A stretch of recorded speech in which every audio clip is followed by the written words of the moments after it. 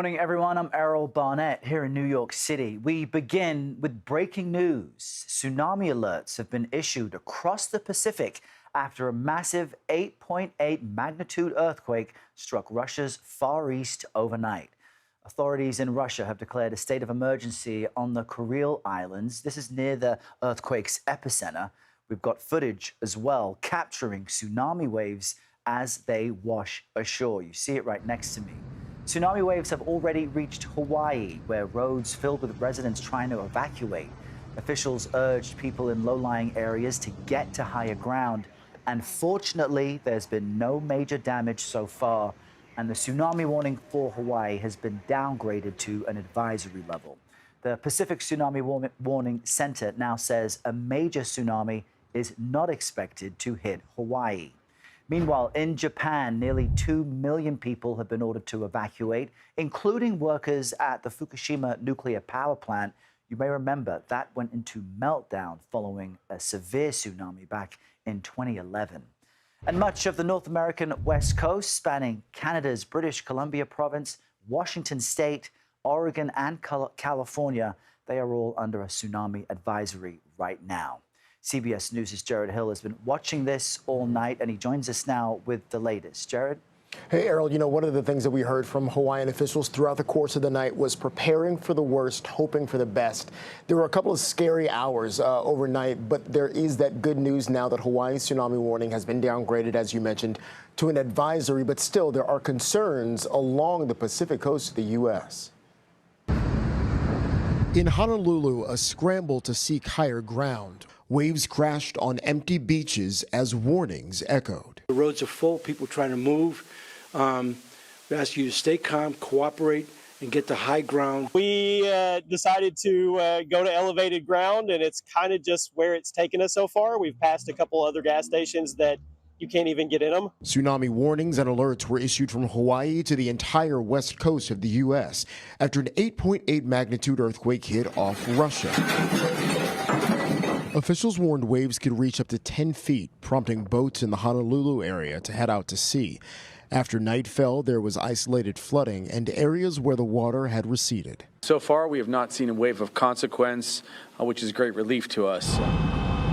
Hours earlier, a tsunami more than a foot high was detected in over a dozen parts of Japan. Officials warned bigger waves are possible.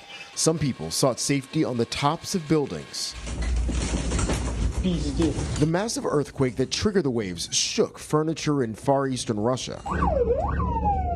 Emergency responders rushed to a damaged kindergarten after the front of the building collapsed. No children were reportedly inside.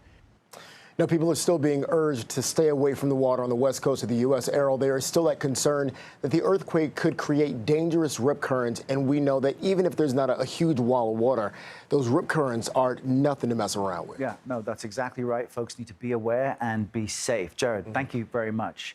Hawaii County Mayor Kimo Alameda joins us now from the County of Hawaii Emergency Operations Center. Good morning to you, Mayor. We just heard there that the warning was downgraded to a tsunami advisory. So just give us an update. How is your coastline? Are your residents safe right now? That's correct. We just gave the all clear sign. We deployed out our police, fire, and our public works to make sure that those areas that were reported flooding, that there were no debris, and that residents could go back to their homes. But we did evacuate every area on the island safely way before the first wave hit the islands. You know, a lot of folks here on the mainland are waking up to this news, and it's shocking, it's alarming to see such a massive quake and these warnings of a tsunami. So we saw some footage of areas, I think, in Honolulu flooding. How much flooding did you have? And what precautions are in place for people so that they know what to do when they get a warning? Yeah, so, there's 8 islands in Hawaii, and our island, especially in Hilo, we've been hit with tsunamis, and in 1960, 1952, 1957. So we grew up hearing stories. And so we're very much prepared. We have tsunami drills. And, we totally are engaged, federal, state, county officials. We know what to do. And And once we got the all warning sign, we were all hands on deck and we started implementing our emergency plan.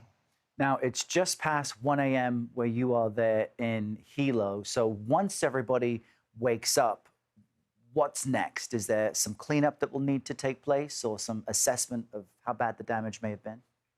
For sure. Immediately, we're going to be assessing our beaches. Right now, our beaches are closed, and so is our ports. But early in the morning at 6 a.m., and a couple of hours from now, we're going to assess it again and to make sure that, because we're under an advisory, and an advisory is still precautions that we got to take. We don't know how the energy of the waves plays out with the topography of the islands, and it can be kind of tricky. So we're keeping an eye on that.